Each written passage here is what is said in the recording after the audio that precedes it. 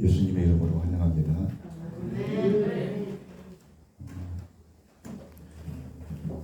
조금 산만한 부분이 있지만 말씀에 집중하십시오.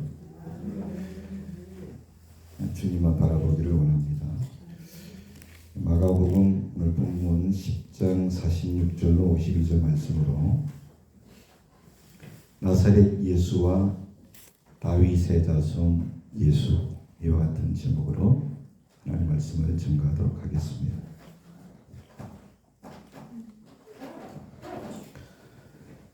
본문의 내용입니다. 예수님께서 여리고성을 떠나서 예루살렘으로 올라가시는 장면입니다. 그때 제자들과 허다한 무리가 함께 했다고 합니다. 그런데 그 길목에서 한 사람이 예수님을 만납니다. 그는 분명히 자기 이름이 있었을 텐데 그럼에도 불구하고 자기 이름으로 불리지를 못하고 바디메오라고 불리었어요. 그러니까 디메오의 아들이다 라고 한 거죠. 그 사람은 앞을 보지 못하는 사람이었어요. 시각장애를 갖고 있었어요. 전혀 못 보는 사람인 걸로 보여요. 그래서 길가에 앉아서 구걸하면서 하루하루를 버티면서 살아가는 거지였어요. 여러분, 이 바디메오를 생각하면 참 그의 삶이 얼마나 처량하고 힘들었겠어요. 그렇죠? 그렇다고 대답은 못하면 고개라도 좀 끄덕여 보시지 그랬어요. 얼마나 처량하고 고통스럽고 힘들고 어려웠겠어요.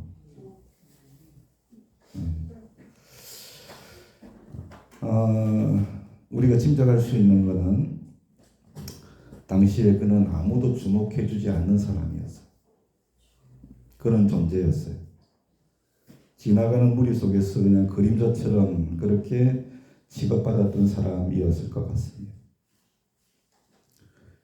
그런데 그랬던 그가 그날 길에 앉아 있다가 구걸하다가 예수님과 함께 했던 그 허다한 무리들이 사람들이 부르는 이름을 들었어요.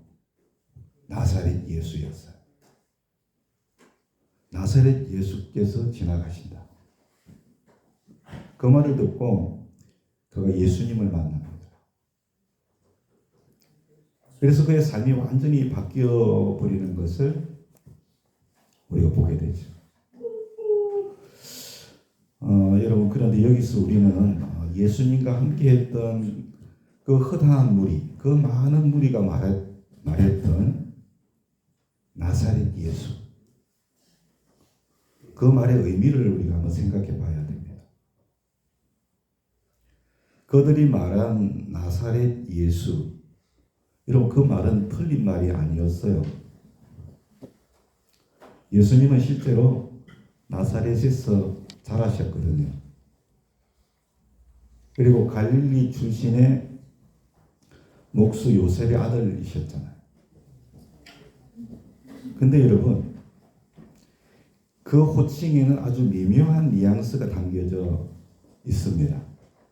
나사렛 예수. 무슨 의미냐면 나사렛은 당시 사람들에게 기대받지 못했던 동네였어요. 그래서 요한복음 1장 46절을 보면 빌립이 그의 친구 나다나엘, 다른 이름이 바돌로메죠. 그 나다나엘에게 예수님을 전도하는데 그 나다나엘이 그 전도를 받고 한 이야기가 이렇습니다. 요한복음 1장 46절에 나사렛에서 무슨 선한 것이 날 수 있느냐.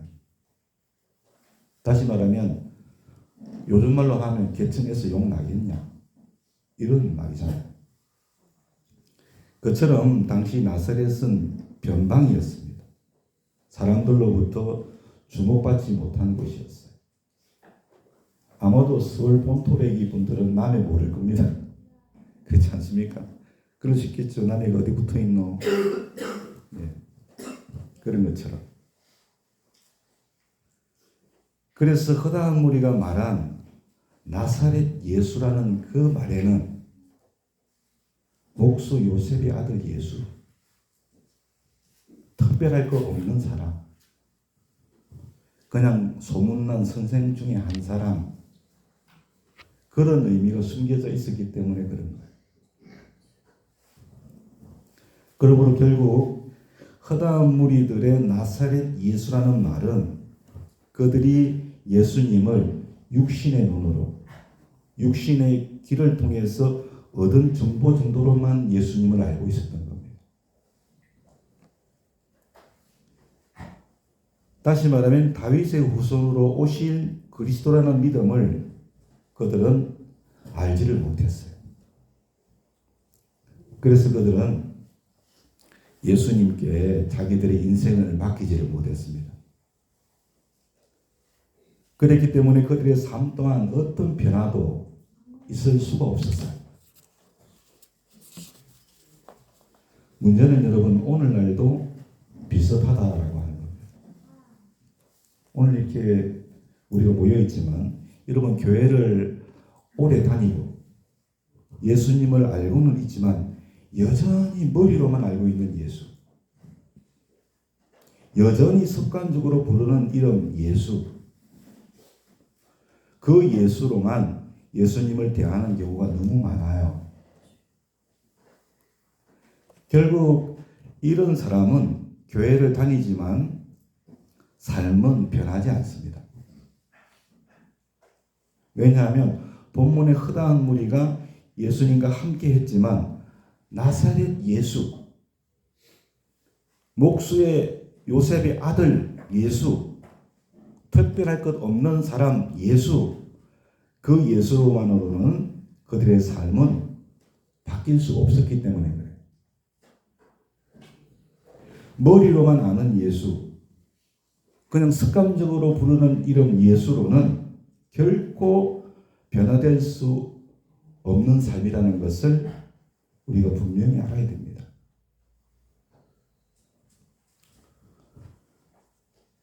그런데 여러분, 참 허다한 무리들의 그 나사렛 예수시라는 말을 들었던 그 시각장애인이요 거지였던 바디메오는 전혀 다른 반응을 보였어요. 47절, 그는 예수님께 다윗의 자손 예수여, 나를 불쌍히 여기소서. 그렇게 외쳤기 때문에 그런 거예요. 무리들로부터 나사렛 예수라는 말을 들었지만 바디메오는 예수님을 다윗의 자손이라고 불렀습니다. 그런데 그 말은 단순한 호칭이 아니에요. 왜냐하면 다윗의 자손은 구약에 있어서 메시아의 약속에 대한 신앙의 고백이었기 때문에 다윗의 자손은 하나님이 약속하신 오실 왕을 의미합니다. 구원자를, 메시아를 의미합니다. 이스라엘을 회복시켜 주실 주인공을 뜻하는 것이기 때문에 그런 거죠. 그래서 여러분, 선지자들은 이 약속을 분명하게 이렇게 선포했습니다. 이사야 11장 1절에 이새의 줄기에서 한 싹이 나며 그 뿌리에서 한 가지가 나서 결실할 것이다. 이새가 누굽니까? 다윗의 아버지입니다. 이새의 줄기에서 한 싹이 나고 그 뿌리에서 한 가지가 나서 결실을 할 거다. 예레미야는 메시아는 반드시 다윗의 혈통에서 나올 왕이다. 예레미야 23장 5절에 내가 다윗에게 한 어려운 자를 일으킬 것이라. 그가 왕이 되어 지혜롭게 다스릴 것이며. 아멘. 주님이 다윗을 통해서 왕을 세우실 거라. 근데 여러분, 결정적으로 사도 마태는 마태복음 1장 1절에서 이렇게 증언을 했죠. 아브라함과 다윗의 자손 예수 그리스도의 계보라. 할렐루야. 예수님께서 바로 그 구약에 오실 왕이라고 밝히 증언한 줄로 믿습니다. 예수님이 바로 그 구약의 메시아 약속의 성취임을 마태는 확실하게 밝힌 겁니다. 예수 그분이 바로 이사야와 에레미야가 증언했던 그 오신 메시아야. 다윗의 자손을 통해서 오신 분이야. 참 여러분, 아이러니하게도 앞을 본다고 하는 사람들은 예수님을 제대로 보지를 못했고, 전혀 앞을 보지 못했던 사람 바디메오는 예수님을 메시아로 정확하게 보았다는 겁니다. 여러분, 이건 너무 놀랍지 않습니까? 우리는 이를 영적인 역설이라고 부르지요. 주님은 육신의 눈으로 보는 것이 아니라 우리의 마음으로 주님을 보는 겁니다. 믿으십니까? 이것이 바로 성경의 메시지지요. 요한복음 9장 34절로 39절로 41절. 예수께서 이르시되 내가 심판하러 이 세상에 왔으니 보지 못하는 자들은 보게 하고 보는 자들은 시각장애인이 되게 하려 함이라 하시니, 바리새인 중에 예수와 함께 있던 자들이 이 말을 듣고 이르되 우리도 시각장애인인가? 예수께서 이르시되 너희가 시각장애인이었더라면 죄가 없으려니와 본다고 하니 너희 죄가 그대로 있느니라. 여러분, 육신의 눈을 뜨고 봤으면서도 예수를 그리스도로 알지를 못했습니다. 도리어 보지 못하는 자가 예수를 그리스도로 본다는 것입니다.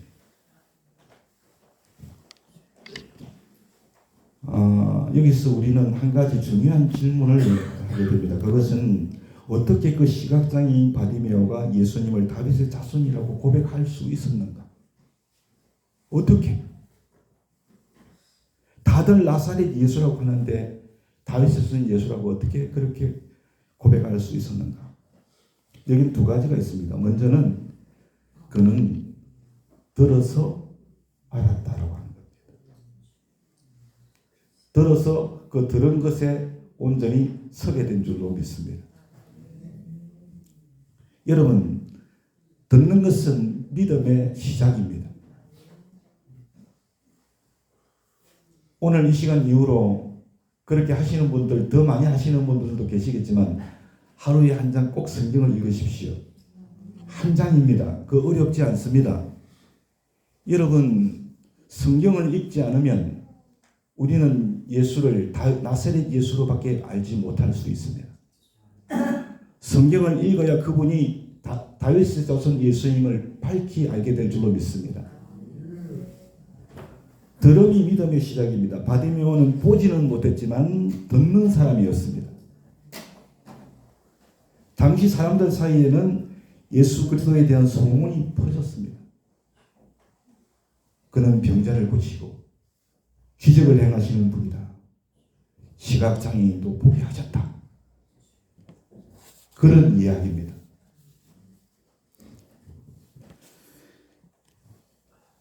시각장애인 거지 바디메오는 예수님을 육신의 눈으로 본 게 아닙니다. 그는 볼 수 없었어요. 그는 소문을 통해서 믿음을 갖게 된 줄로 믿습니다. 그 소문을 들었을 때 무슨 생각을 했겠습니까?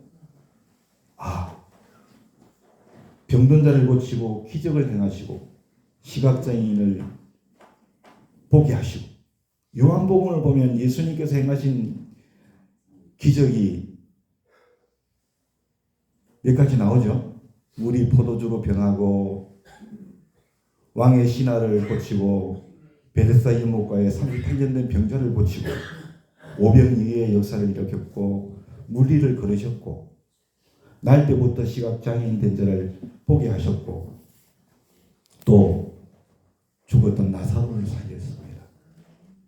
여러분 그 소식을 들었을 때 그 소문을 들었을 때 이 시각장애인 바디메오가 뭘 생각했겠습니까? 아, 그러한 기적은 오직 하나님만이 행할 수 있어. 그러한 기적은 오직 참된 왕만이 일으킬 수 있어. 참된 구원자시라야 그 일을 행하실 수 있어. 오직 그리스도만이 하실 수 있는 일이야. 그래서 그는 예수께서 다윗의 자손임을 믿게 되어진 줄로 압니다. 여러분 성경을 특별히 복음서를 읽어보십시오. 예수님께서 행하신 그 모든 일들은 오직 하나님만이 하실 수 있는 일들입니다. 예수님께서 하신 말씀은 오직 하나님만이 하실 수 있는 말씀입니다. 우리가 그 말씀을 읽을 때 직접 우리 눈으로 예수님을 보지 못했지만 시각장애인 바디메오처럼 우리가 그분이 하나님이신 것을 믿어지게 될 줄로 믿습니다.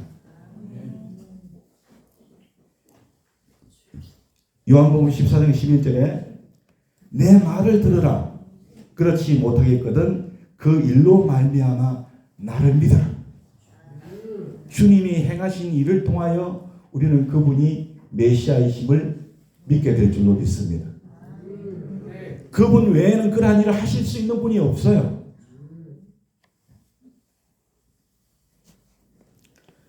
로마서 10장 17절에 믿음은 들음에서 나며 전형적인 모습을 우리에게 보여줍니다. 여러분 하루에 한 장 성경 읽는 거 어렵지 않습니다. 저는 며칠 전에 우리 가족들 단톡방에 우리 아이들에게 이야기했습니다. 하루에 한 장 성경을 꼭 읽어라. 그 안에서 생명을 발견하게 될 것이다. 그렇게 제가 전했습니다. 오늘 이 시간에 읽고 있니 묻지는 않겠습니다. 꼭 읽어라. 여러분 꼭 읽으십시오. 그리고 또 하나 그가 나사렛 예수라고 들었으나 다윗의 자손 예수라고 고백할 수 있었던 또 하나의 이유는 그의 절박함이 예수님에 대한 그 믿음을 깨워주었다라고 하는 겁니다. 바디메오는 어떤 율법학자가 아닙니다. 그는 인생의 끝에 서 있던 사람입니다. 더 이상 잃을 것이 없는 사람이었던 것 같아요. 더 낮아질 것도 없는 사람이었던 것 같습니다. 시각장애이지요. 거지였지요. 사회적으로는 버려진 존재였기 때문에 그런 거 아닙니까? 그런데 그 절박함으로 인해서 그는 예수님을 다윗의 자손 예수여 나를 좀 불쌍히 여겨주십시오. 그렇게 외침으로 예수님을 붙들 수 있었는 줄로 믿습니다.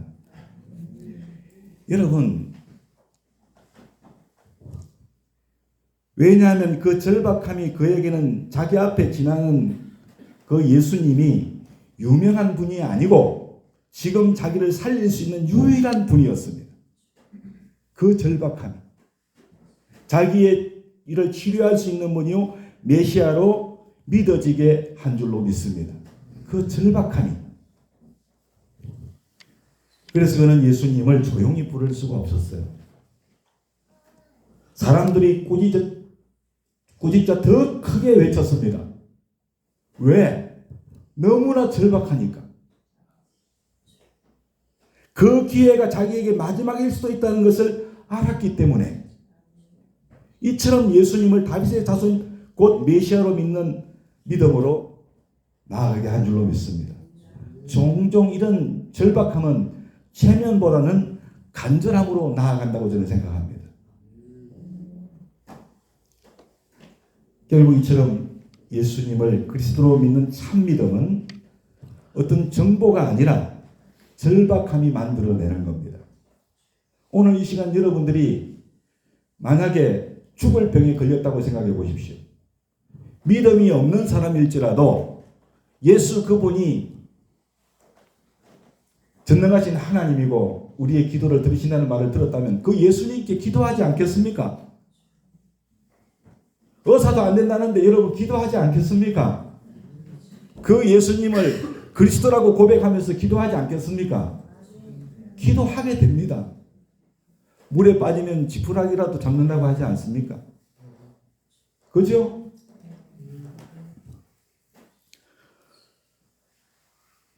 그래서 우리 성도님들이 다 저는 고난 받기를 원하지 않습니다만은 고난의 유익이 거기에 있습니다. 정말로 여러분들이 감당할 수 없는 상황 가운데 놓일 때 그때서야 내가 예수님에 대한 온전한 고백을 할 수 있는 거예요. 나의 도움이신 하나님 아버지, 나의 힘이신 하나님 아버지, 나의 구원이신 하나님 아버지, 이렇게 고백할 수 있는 줄로 믿습니다. 바디메오는 보지 못했지만 이처럼 들음으로 절박함으로 예수님을 메시아로 믿고 고백했는 줄로 압니다. 그런데 사람들은 그 바디메오를 꾸짖으면서 조용히 하라고 했어요. 여러분, 이게 무슨 의미입니까?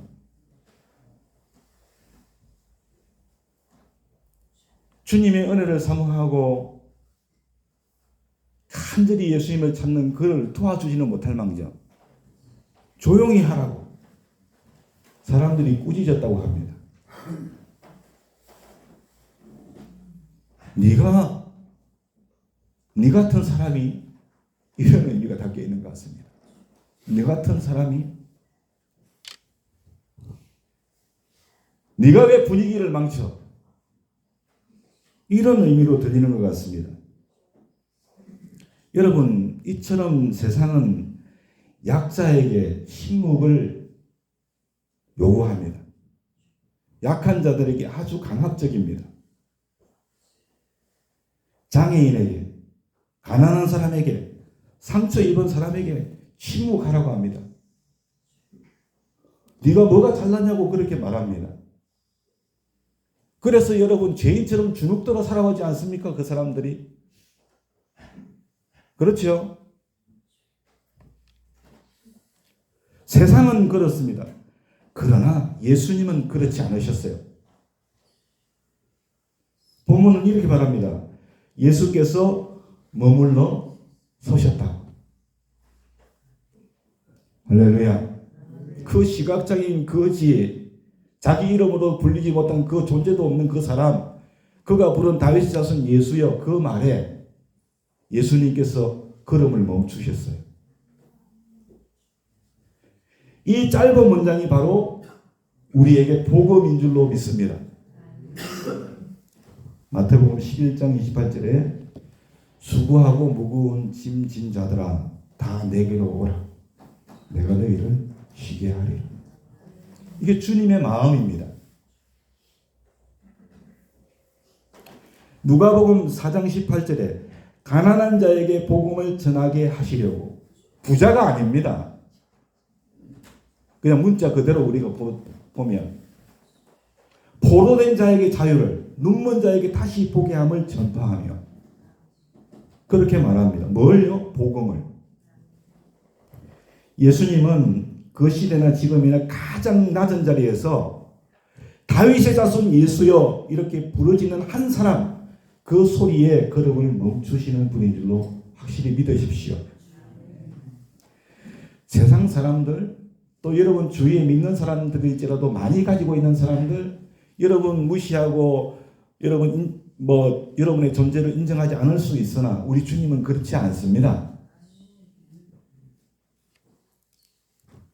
예수님은 나사렛 예수로 지나가실 때는 많은 사람들 속에 그냥 한 분이셨어요.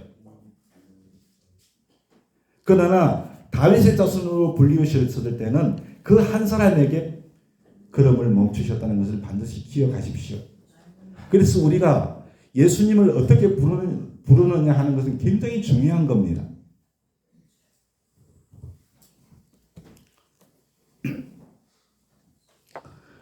그리고 예수님은 걸음을 멈추시고 바디메오를 부르셨어요.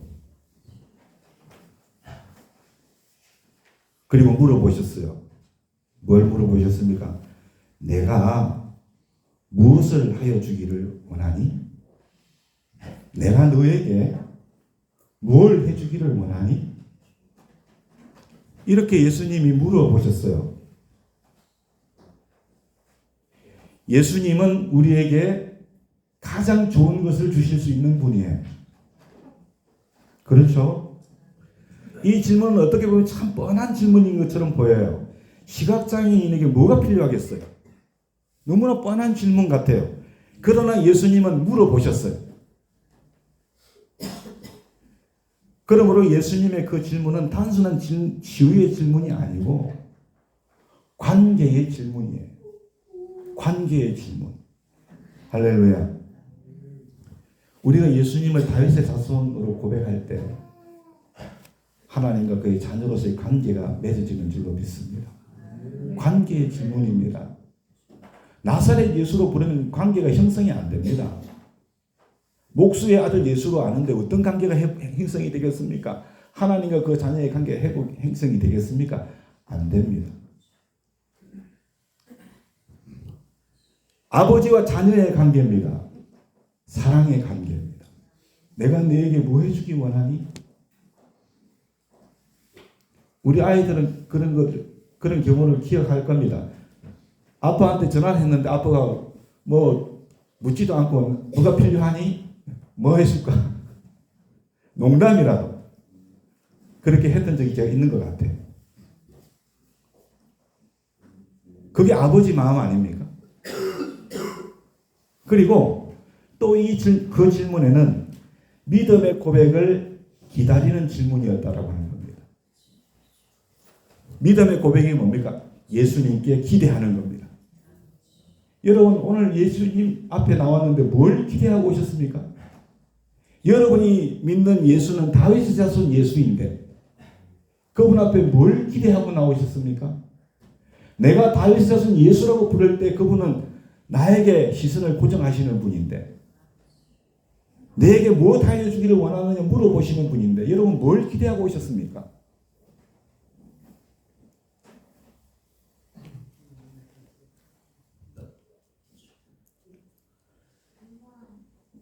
예수님께서 그렇게 질문하셨을 때 바디메오가 51절에 이렇게 말합니다.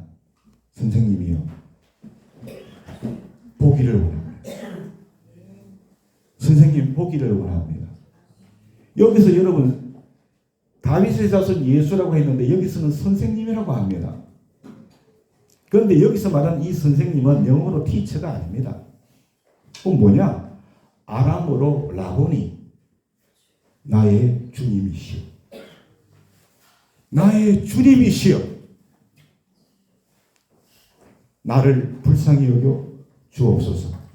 내가 보기를 원합니다. 그렇게 고백한 겁니다. 여러분 바디메오는 돈을 구하지 않았습니다. 명예를 구한 것도 아닙니다. 권세도 아닙니다. 뭘 구했습니까? 보기를 원합니다. 보기를 원합니다. 바디메오가 왜 그렇게 보기를 원한다고 예수님께 말씀드렸을까요? 가장 자기에게 근본적인 결핍이 무엇인지를 알고 있었기 때문입니다. 나에게 가장 결핍된 게 뭔가? 그래서 그 문제의 뿌리를 해결하기를 원했던 겁니다. 그리고 보게 되면 삶 전체가 바뀐다는 것을 알았기 때문입니다. 인생 전체가 바뀐다는 것을 알고서 보기를 선택한 줄로 믿습니다. 예수님께서 다윗의 자손임을 알았기 때문에 그래서 인생 전체를 바꿀 수 있다는 것을 믿음으로 가장 본질적인 것을 구한 줄로 믿습니다. 결론적으로 뭡니까? 더 좋은 삶이 아니라 새로운 삶을 원했던 겁니다. 새로운 삶.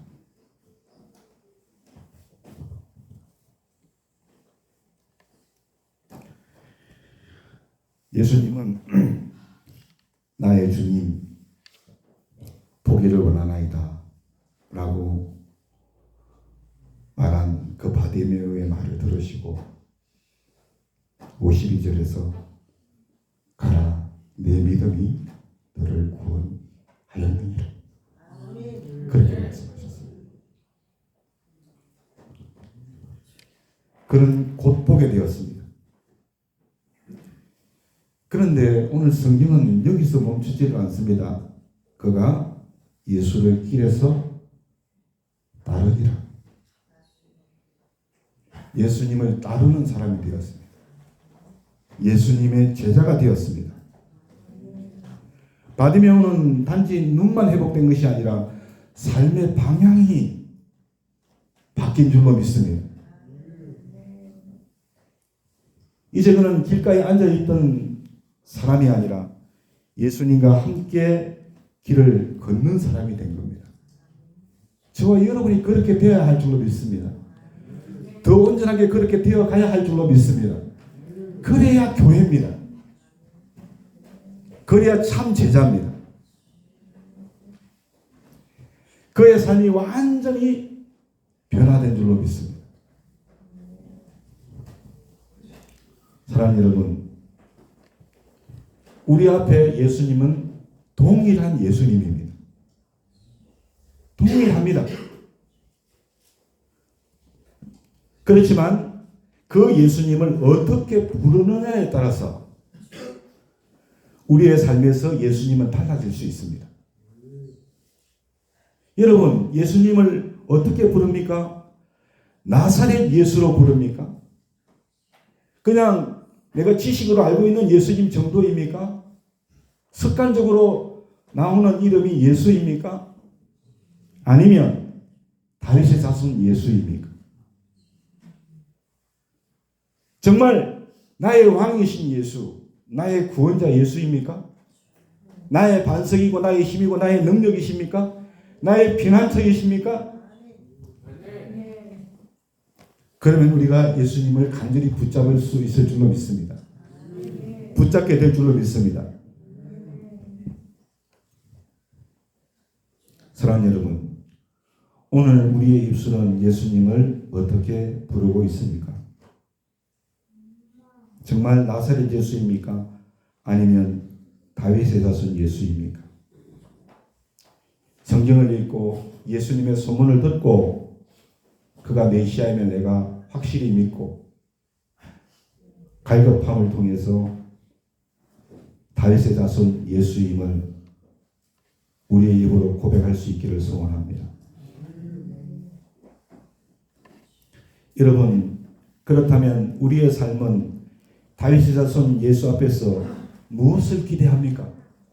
여러분, 만왕의 왕 되시고 만주의 주가 되시는 그 하나님 앞에서 여러분은 무엇을 기대합니까? 여러분에게 있어서 가장 근본적인 결핍이 뭡니까? 여러분에게 뭐가 가장 결핍되어 있습니까? 여러분 돈입니까? 건강입니까? 정말로 그것 때문에 여러분 결핍되어서 근본적으로 결핍된 것이 그것입니까? 여러분, 복음서의 부자와 나사렛의 비유를 보십시오. 읽어보십시오. 우리 인생에 있어서 뭐가 가장 궁극적인 그 결핍인가를 알게 됩니다. 여러분, 우리는 다 죽음을 향하여 나아가고 있습니다. 우리에게 있어서 가장 근본적인 결핍은 뭐냐? 죄로 인한 사망입니다. 그겁니다.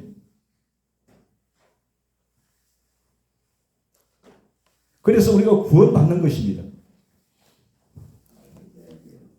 그리고 우리가 제자로서의 삶으로 변화되는 것인 줄로 믿습니다. 잘 들어보십시오. 마가복음 9장 43절로 50절. 여러분, 건강을 잃으면 다 잃는 거라고 했습니다. 사람들은 그렇게 얘기합니다. 보세요. 만일 내 손이 너를 범죄케 하거든 찍어버리라. 장애인으로 영생에 들어가는 것이 두 손을 가지고 지옥 곧 꺼지지 않는 불에 들어가는 것보다 나으니라. 만일 내 팔이 너를 범죄케 하거든 찍어버리라. 다리 전환자로 영생에 들어가는 것이 두 발을 가지고 지옥에 던져지는 것보다 나으니라. 만일 내 눈이 너를 범죄하게 하거든 빼어버리라. 한 눈으로 하나님의 나라에 들어가는 것이 두 눈을 가지고 지옥에 던져지는 것보다 나으니라. 거기에서는 구더기도 죽지 않고 불도 꺼지지 아니하느니라. 사람마다 불로서 소금 치듯 함을 받으리라. 소금은 좋은 것이로되 만일 소금이 그 맛을 잃으면 무엇으로 짜게 하리요? 너희 속에 소금을 두고 서로 화목하게 하라 하시니라. 여러분, 예수께서 우리 안에 소금인 줄로 믿습니다. 그냥 예수가 아니라 나사렛 예수입니다. 건강하면 뭐합니까? 죄 가운데 영생을 얻지 못하면 아무 소용이 없는 거예요. 마태복음 16장 26절에도 사람이 온 천을 얻고도 제 목숨을 잃으면 무엇이 유익하리요? 요한복음 4장 10절에 예수께서 대답하여 이르시되 내가 만일 하나님의 선물과 또 내게 물 좀 달라 하는 이가 누구인 줄 알았더라면 내가 그에게 구하였을 것이요 그가 생수를 내게 주었으리라. 여러분, 우리가 예수님을 똑바로 안다면 우리의 구할 것은 생수입니다. 영원히 목마르지 않는 생수입니다. 여러분들이 예수님을 온전히 다윗의 자손 예수로 안다면 교회를 나오실 때 성령 충만을 기대하고 나오실 거라고 생각합니다. 다른 것이 아니라. 할렐루야. 주여 성령을 나에게 부어 주옵소서. 사마리아 여인에게 예수님이 말씀하셨습니다. 내가 누구인 줄 알았다면 너는 내게 구하였을 것이다. 믿습니까? 우리가 예수님을 온전히 나사렛 예수로 안다면 우리의 구할 것은 생수인 줄로 믿습니다. 그러면 주님이 그것을 우리에게 주시리라. 믿으십니까?